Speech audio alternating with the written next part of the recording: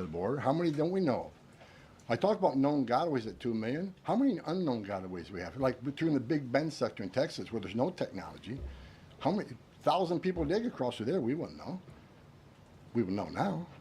But, you know, so I would venture over 20 million. But your question is, last count, last I looked, there was about 700,000 illegal aliens with criminal charges walking the streets of this country. 700,000. And that's what we're looking for now. That's what we're prioritizing. Them and national security threats. We'll go to the back row. Thanks, Caroline. Yes. For Mr. Holman, I'm Taylor with Spectrum News. We have a station up in Rochester, New York. It was reported you're visiting there tomorrow. Can you talk a bit about the purpose of your trip? I know the Trump administration is suing the city over its sanctuary city policies, how the executive order Caroline alluded to ties into it, and what your message is for communities and community leaders who say, we're able to establish our own rules here. At Vistaprint, we print signs so people can see your brand up close. But we also print signs so that people can see your business here, see it here, and see it here, so you stand out. The same thing I talked about earlier. I don't think any elected mayor, any elected governor should want public safety threats, those illegally in the United States, public safety threats, walking through the community. And what happened in Rochester, HSI agent called for emergency assistance. Officers of Rochester PD responded to a call from emergency assistance from a federal law enforcement officer. They responded, then they got disciplined. I don't think anybody can come up with one instance where an ICE agent or Border Patrol agent didn't respond to an emergency call from assistance from any law enforcement agency. Cops need to help cops, especially in an emergency situation. But they got disciplined. And I met those officers down in Nashville soon after that. I think it was a couple of days after it. And I told them I stand with them. They did the right thing. Law enforcement responding to emergency assistance from law enforcement. So I'm going up there to support the men and women of law enforcement. The men and women who carry that badge and gun every day. They're working the streets at 2 a.m. while we're all sleeping. I'm going to give my support. And they just announced a lawsuit. And that's one of many. Sanctuary City is going to be sued on this administration for flouting immigration law. I mean, the law is clear, and they're violating it, and this administration is going to take actions. I'm going up there to show my support of men and women law enforcement. I started as a cop. And the community, I'm showing support for them, because the community wants their police officers to be officers too. The communities don't want public safety threats walking around their communities either, and that's what it's all about, and that's why I'm going. Caroline. Sure. Mr. Holman, how close are you to housing migrants at U.S. DoD facilities like Fort Bliss in Texas? Well, we're already housing at Guantanamo. Fort Bliss is being ramped up, so in the very near future. I don't have a timetable because things need to be done, construction needs to be done. We're making sure the facilities are ready to accept. We're making sure the facilities are able to care for the people. They're going to be detained, so I don't know the timeline right now. It changes every day because of various issues, but we're working on it. Are you intending to hold families there, including families with American citizen children? Family residential centers are for families. They're not jails, they're open-air campers built for families, which means they have child psychologists, they have pediatricians. And why family residential centers? Because we want to make sure that child is with a parent. Unlike the last administration who stopped DNA testing, who many investigations of children being smuggled in the country with some that wasn't related to them claiming to be a parent. So we're going to make sure children are with parents. We're going to make sure that's actually a family and that child ain't being trafficked. That's the main reason. Regarding the executive order on sanctuary cities, is the administration planning to pursue any more investigations or prosecutions like was done against the judge in Wisconsin, against local officials?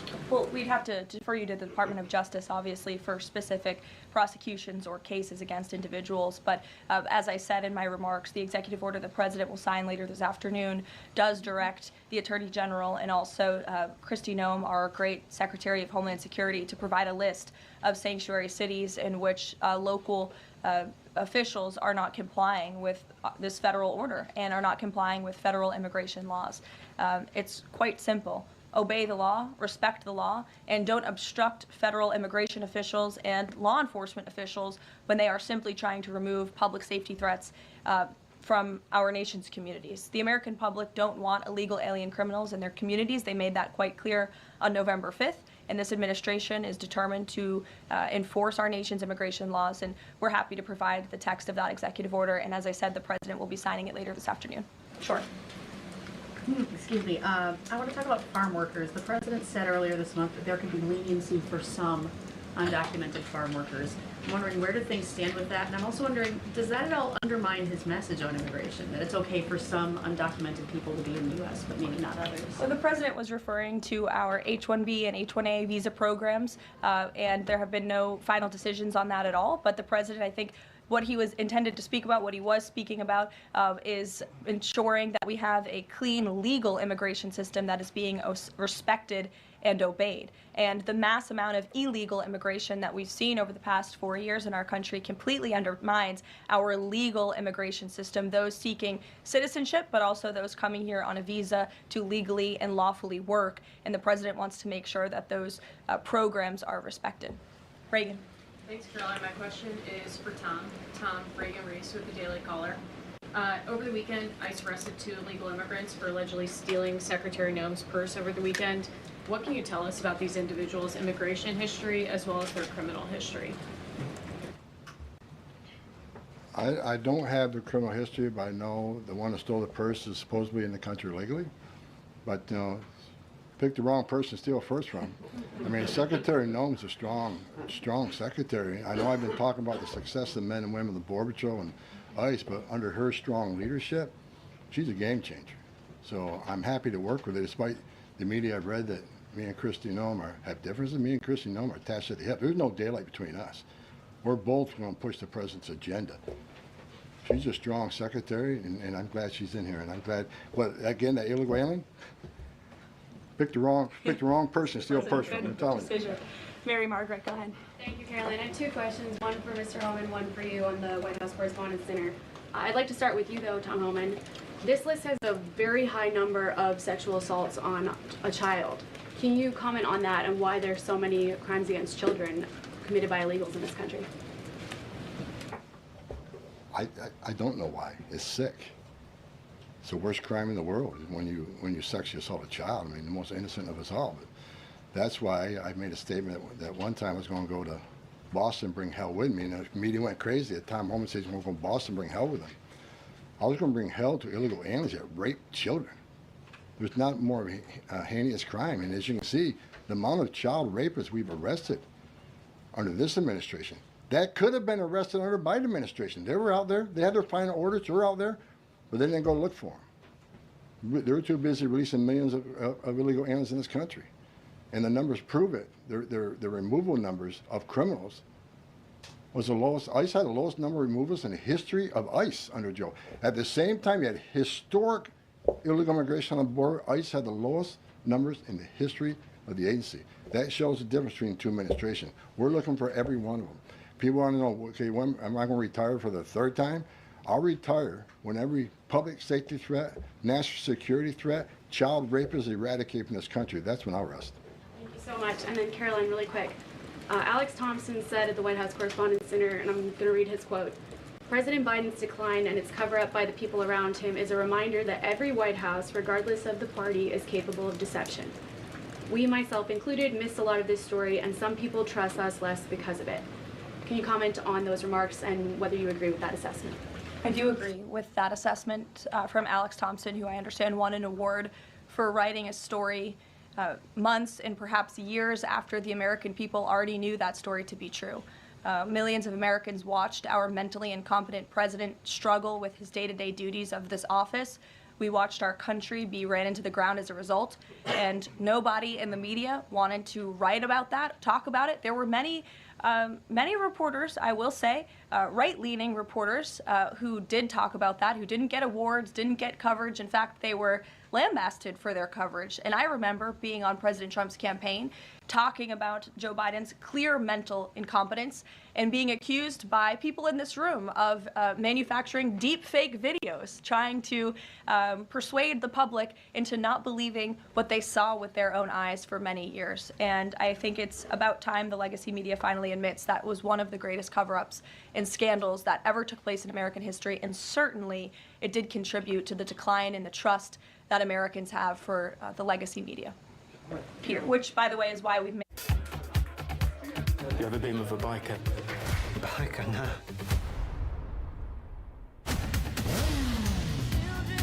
What am I gonna do with you? Whatever you want. Well, if you're quiet, you can sleep on the rug. With the rug? I love you, right? It's not the point. It's love, the whole point. Of what? Everything. Clear about what this judge did. She obstructed federal law enforcement who were looking for an illegal alien in her courthouse. She showed that illegal alien the door to evade law enforcement officials. That is a clear-cut case of obstruction. You don't have to be a lawyer to understand that. And so anyone who is breaking the law or obstructing federal law enforcement officials from doing their jobs is putting themselves at risk of being prosecuted, absolutely. You guys have at least 18 written trade proposals. We still don't know who they are from or what they contain. What is the holdup with that? There's no holdup. We're working around the clock. The trade team is working all day. I was on the phone late last night with Secretary Lutnick. I was on the phone this weekend as well with Secretary Bessent. I mean, the entire team is working 24/7 to get these trade deals done. And I think you'll be hearing more about them this week. I don't want to get ahead of the trade team or the president in announcing potential deals, but certainly I can assure the American public that this administration is full speed ahead in cutting good and fair trade deals on behalf of the American worker. And one more. After the president's Truth Social post, the Browns finally took Shadur Sanders. Does the president think he deserves credit for Sanders getting picked? And does he think going to the Browns is better than being undrafted? Hey, all I will say is the president put out a statement, and a few rounds later he was drafted. So I think the facts speak for themselves on that one, Peter. We'll go to the back row in the middle, to the blonde. Yes. Hello. President Trump has said that Secretary Hegseth will get it together. Does he think that Hegseth doesn't have it together right now? Look, the president has made his position on Secretary Hegseth quite clear. He absolutely has confidence in the secretary's ability to lead the Pentagon. It's why he nominated him for this position. It's why the Senate voted to confirm him in this position. And look at the success that DOD has had thus far. Their successful operation against the Houthi terrorists in the Middle East. You look at the recruitment and retention levels for all branches of our armed forces are on the incline, which is exactly what this president intended to do. Secretary Hegseth has completely wiped out DEI from the Pentagon as well. And so he's going to remain focused on standing up for our war fighters, on implementing President Trump's peace through strength foreign policy agenda abroad, and the president supports him in his role. Sure. Many are wondering how these 10 or 20 million people are working. Is there some efforts to clamp down on employment because they're working somewhere to keep staying here? The number of worksite enforcement actions have tripled this year, and it's going to triple again. Because in sanctuary jurisdictions especially, if we can't arrest a bad guy in the safety and security of a county jail, and they're going to release them into community, that means we go into the community. If we can't arrest them in the community, we'll arrest them at their work site. We got to do what we got to do to arrest public safety threats. There's no sanctuary for public safety threats in this country, so worksite enforcement is going to increase even more than it already has. And another reason for worksite, the last administration stopped worksites.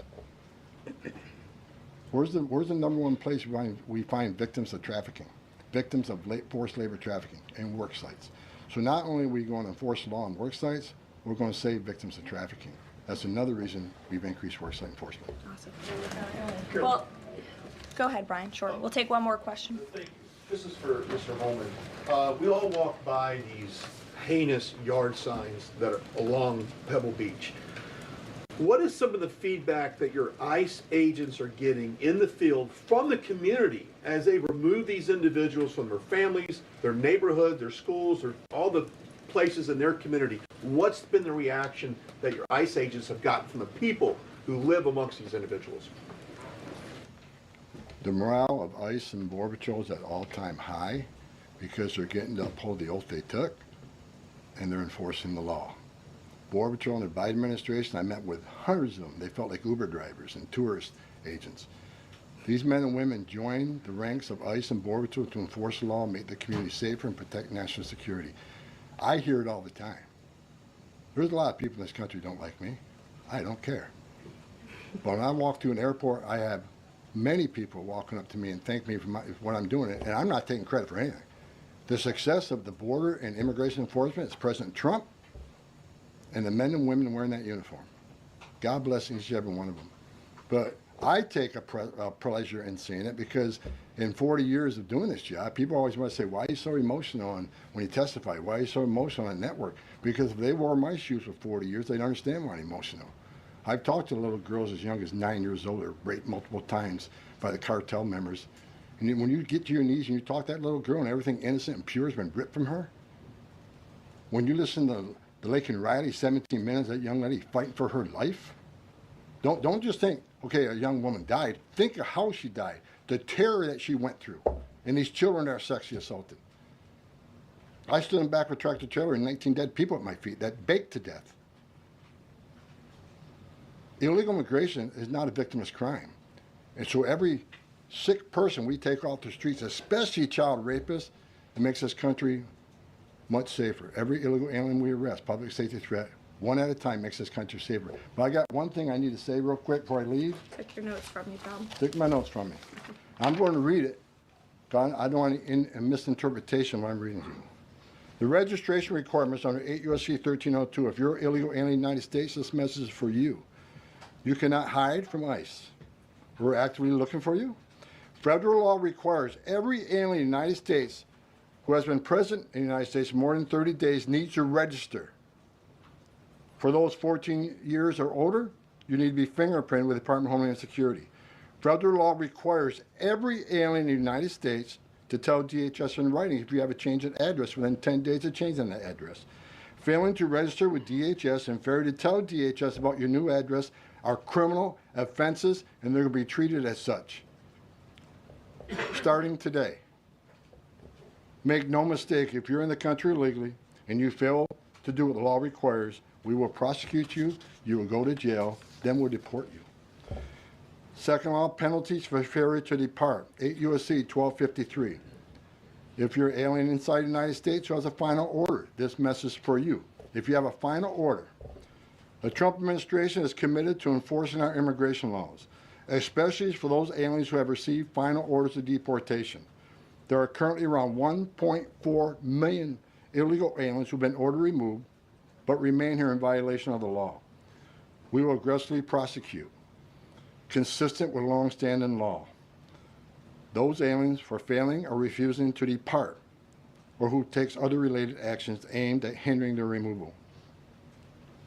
You cannot open the door, you cannot answer our questions, you cannot open your car door, you consider it to evade law enforcement. If you fail to leave the United States after receiving a removal order, we can and will issue monetary fines up to $998 a day. Evading your arrest, knowing you have a final order or removal, is a criminal offense. We will prosecute, then we'll deport you. Get your affairs in order. If you're in the country illegally, work with ICE, go to CBP One Home app, and leave on your own. Because we have to find you, deport you, and prosecute you. You'll have a bar placed on you, and you won't come back to this country. You won't be able to come back on a visitor's visa, a tourist visa. If you have a U.S. citizen child, can't petition for you. If you're in this country, get your affairs in order and work with us and get yourself removed from this country. That's what law requires, and we're going to enforce that law. Awesome. Thank you so much, Tom. You can get back to work now. Look, he's already leaving. He's got a lot to do, a lot of illegal immigrants to deport. But thanks, everyone, for joining us bright and early this morning. As I said at the top, we will do this again tomorrow to talk about the economy, which is another promise made and kept by the president early on this Monday morning. As you know, this week marks the first 100 days of the Trump presidency. And President Trump's first 100 days have undoubtedly been the most monumental and historic of any administration in American history. President Trump has already delivered on hundreds of promises he made to the American people, and we will continue to talk about all of them throughout this week.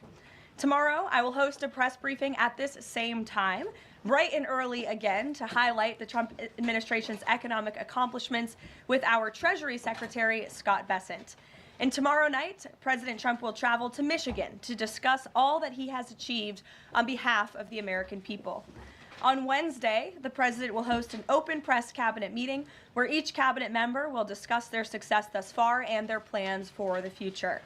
Today, we kick off 100-day week with a focus on the president's historic effort to secure our southern border.